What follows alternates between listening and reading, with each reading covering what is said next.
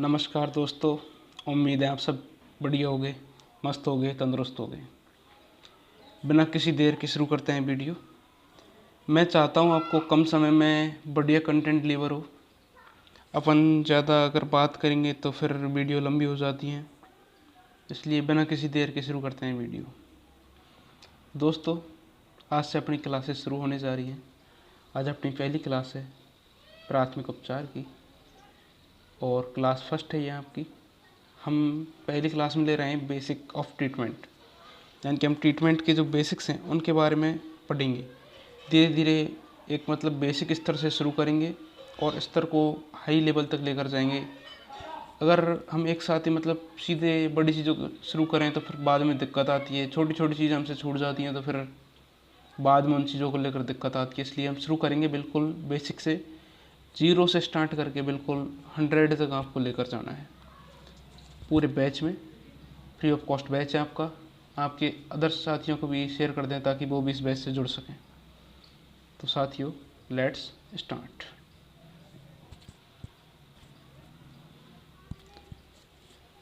तो सबसे पहले आपकी जो फील्ड है उसमें मेन रोल होता है सिम्टम्स का।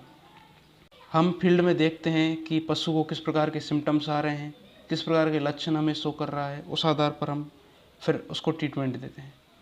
सबसे ज़रूरी है सिम्टम्स को देखना। तो इसलिए कहते हैं कि ज़्यादातर फील्ड में सिम्टोमेटिक ट्रीटमेंट ही होता है, यानी कि पशु के उपचार में ज़्यादातर सिम्टोमेटिक ट्रीटमेंट यूज़ होता है। सिम्टोमेटिक ट्रीटमेंट होने का एक कारण भी है, एक बहुत बड़ा कारण हम मान सकते हैं, क्योंकि हमारी जो फील्ड है तो इस फील्ड में क्या होता है कि जांच या तकनीकी उपकरण बहुत कम है। जांच या तकनीकी उपकरण कम होने की वजह से हम किसी भी रोग के बारे में स्पष्ट तरीके से जानकारी नहीं निकाल सकते, यानी कि हम ये पता नहीं लगा सकते कि उस पशु को रोग क्या है। स्पष्ट तरीके से हम ये पता नहीं लगा सकते कि उस पशु को क्या रोग है। अगर हमें पता लगाना है तो सीधी बात है, जांच करनी पड़ेगी।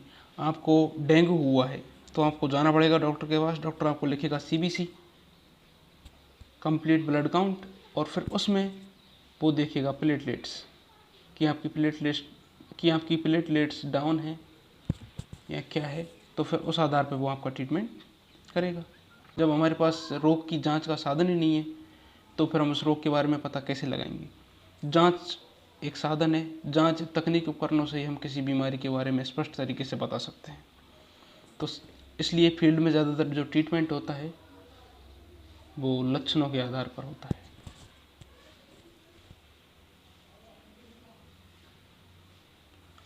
अब हम देखते हैं डायग्नोसिस या निदान, कि हम बीमारियों का डायग्नोसिस या निदान कैसे करते हैं। डायग्नोसिस या निदान, डायग्नोसिस या निदान का अर्थ होता है बीमारी का पता लगाना कि पशु को कौन सी बीमारी है। डायग्नोसिस या निदान से हम पता लगाते हैं कि पशु को कौन सी बीमारी है।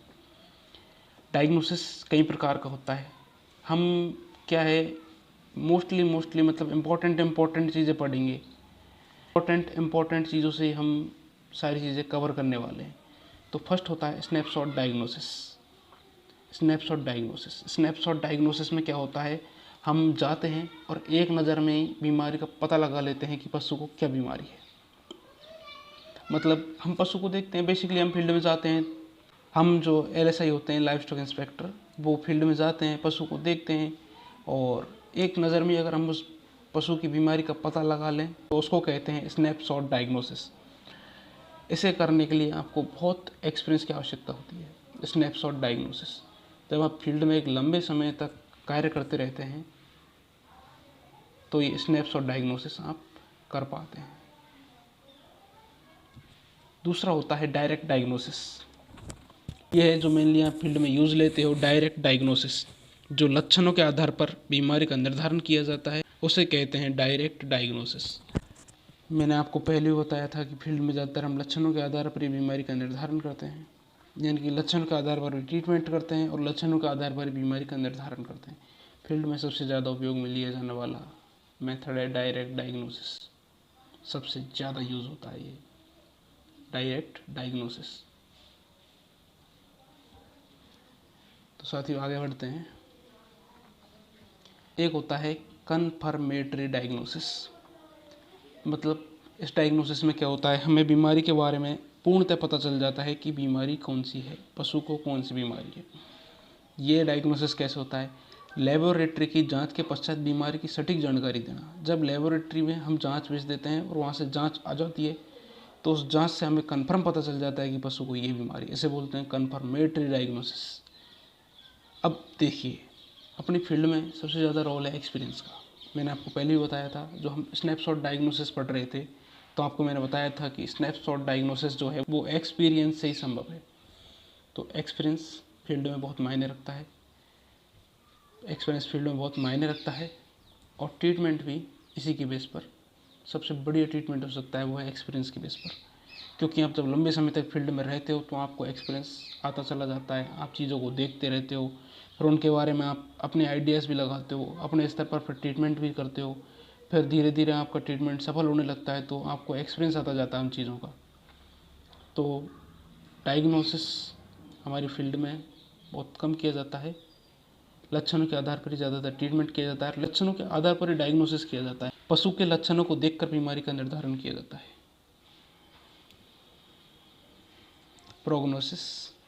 प्रोग्नोसिस होता है सर किसी रोग के बारे में भविष्यवाणी करना। जब हम किसी रोग के बारे में भविष्यवाणी करते हैं उसे बोलते हैं प्रोग्नोसिस। आप सब LSI जब फील्ड में जाते हैं तो जब पशुपालक होता है किसी बीमारी के बारे में आपको बताता है, आप उसका ट्रीटमेंट करते हैं। ट्रीटमेंट करने के बाद में फिर पशुपालक आपसे बोलता है कि साहब हमारी ये भैंस है, हमारी ये गाय है, आपने इसका ट्रीटमेंट किया है, ये कितने दिनों में ठीक हो जाएगी। फिर आप उसको सांत्वना देते हो कि आपकी ये गाय या भैंस जो भी है वो 4 दिन में, 5 दिन में, 3 दिन में, 2 दिन में, मतलब जितना टाइम लगे उतने दिन में ठीक हो जाएगी। तो इसको प्रोग्नोसिस ही बोलते हैं। मतलब आप उस बीमारी के बारे में भविष्यवाणी कर रहे हो कि ये बीमारी इतने दिन में ठीक हो जाएगी। फिर एक चीज़ पशुपालक आपसे पूछता है कि डॉक्टर साहब क्या क्या दिक्कतें आ सकती हैं आगे इसको लेकर।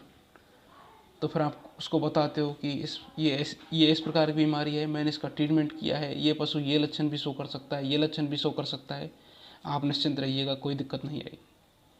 तो ऐसे आप प्रोग्नोसिस करते हो किसी बीमारी के बारे में। अब हम पढ़ेंगे औषधियाँ दवाई देने के मार्ग। औषधियाँ दवाई देने के कौन कौन से मार्ग हैं। मोस्टली जो यूज़ में आते हैं वही मार्ग हम पढ़ेंगे, जो फील्ड में ज़्यादा यूज़ में आते हैं। सारी चीज़ें हम लेकर बैठे हैं तो यूट्यूब पर सीख पाना भी मुश्किल है और एक लंबा समय आपको सीखने में लग जाएगा। इसलिए हम चीज़ों को शॉर्ट करेंगे और एक बढ़िया वे में आपको डिलीवर करने की कोशिश करेंगे जिससे आप चीज़ों को सीख सको। सबसे पहला मार्ग है मुख, ओरली। हम कोई दवाई देते हैं, ओरली देते हैं, कोई चूरन देते हैं। पशु को जब पाचन संबंधी कोई बीमारी हो जाती है, कोई बेकार हो जाता है तो चूरन देते हैं, या फिर कोई और जैसे कैल्शियम वगैरह या फिर कोई भी लिक्विड फॉर्म में कोई चीज़ देते हैं तो वो मुख के माध्यम से या मुंह के माध्यम से देते हैं। तो ये तो होता है ओरल मार्ग। फिर एक होता है इंजेक्शन। फील्ड में सबसे ज़्यादा यूज में आने वाला मार्ग है इंजेक्शन वाला मार्ग है। ये फील्ड में सबसे ज़्यादा यूज में आता है। इस मार्ग से ही सबसे ज़्यादा ट्रीटमेंट किए जाते हैं, सबसे ज़्यादा यूज़ में भी यही आता है इंजेक्शन वाला मार्ग। इंजेक्शन हम मेनली 3 रूट से देते हैं। इंजेक्शन देने को तो और भी रूट से देते हैं, इंट्राडर्मल भी होता है, इंट्रायूट्राइन भी होता है, लेकिन मोस्टली जो है हम ये 3 रूट काम में लेते हैं फील्ड में। सब कट या सब क्यूटेनियस, जो इंजेक्शन चमड़ी में लगाए जाते हैं बोलते हैं सब कट या सब क्यूटेनियस इंजेक्शन। इंट्रामस्कुलर, जो इंजेक्शन मांस में लगाए जाते हैं वो होते हैं इंट्रामस्कुलर इंजेक्शन। आईवी, इंट्रावेनस, जो इंजेक्शन नसों में लगाए जाते हैं उनको बोलते हैं इंट्रावेनस इंजेक्शन। इन इंजेक्शन के बारे में हम आपको एक प्रैक्टिकल वीडियो अपलोड कर देंगे कि कैसे इंजेक्शनों को लगाया जाता है और किस प्रकार से पशु में इंजेक्शन दिए जाते हैं। तो वो सारी चीज़ें आपको एक वीडियो बनाकर, हम प्रैक्टिकली वीडियो बनाकर अपलोड कर देंगे जिससे आप उससे भी इन चीज़ों को समझ सकते हो।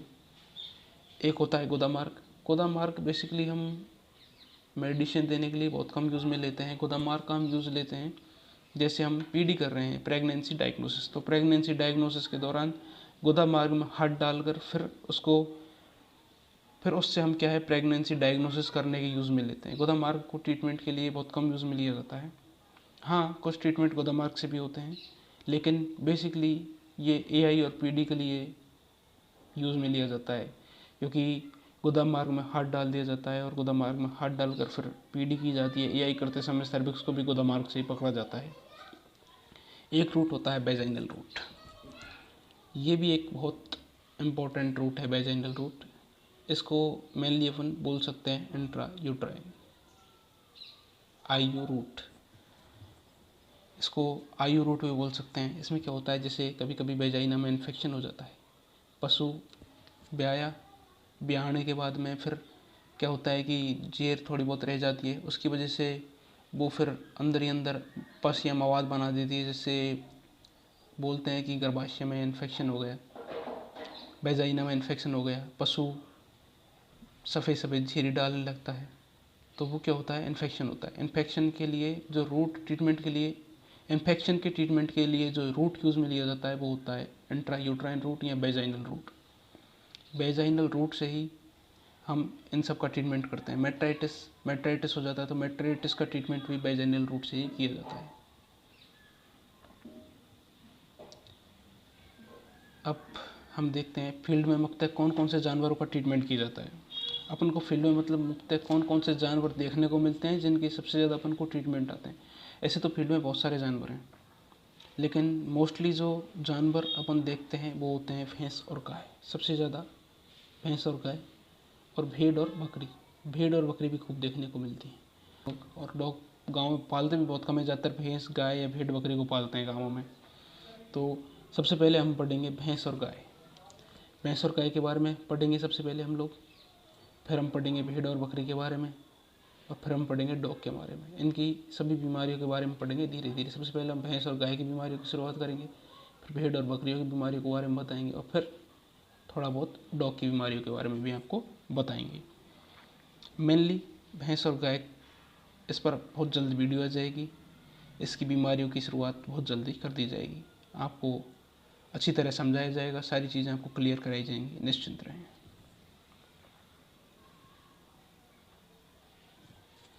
कोशिश करेंगे जल्द से जल्द कोर्स कंप्लीट कर दिया जाए और आप सब सही से चीज़ों को सीख सकें और फील्ड में इन चीज़ों को इम्प्लीमेंट भी कर सकें।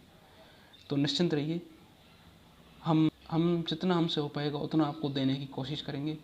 आप निश्चिंत होकर वीडियोस देखते रहें, चैनल को सब्सक्राइब कर लें और वीडियोस को शेयर कर दें ताकि अन्य साथियों तक भी वीडियो पहुंच पाएँ। आपके लिए मेहनत कर रहे हैं और आगे देखिए, बहुत ज़बरदस्त होगा, बहुत अच्छा होगा। कोर्स एक शानदार वे में आपको डिलीवर किया जाएगा, निश्चिंत रहें। धन्यवाद साथियों, आप सभी सपोर्ट करते रहें, आप सभी का सपोर्ट मिला है, उम्मीद है आगे भी मिलता रहेगा। आप सभी छोटे बड़े भाइयों का बहुत बहुत धन्यवाद।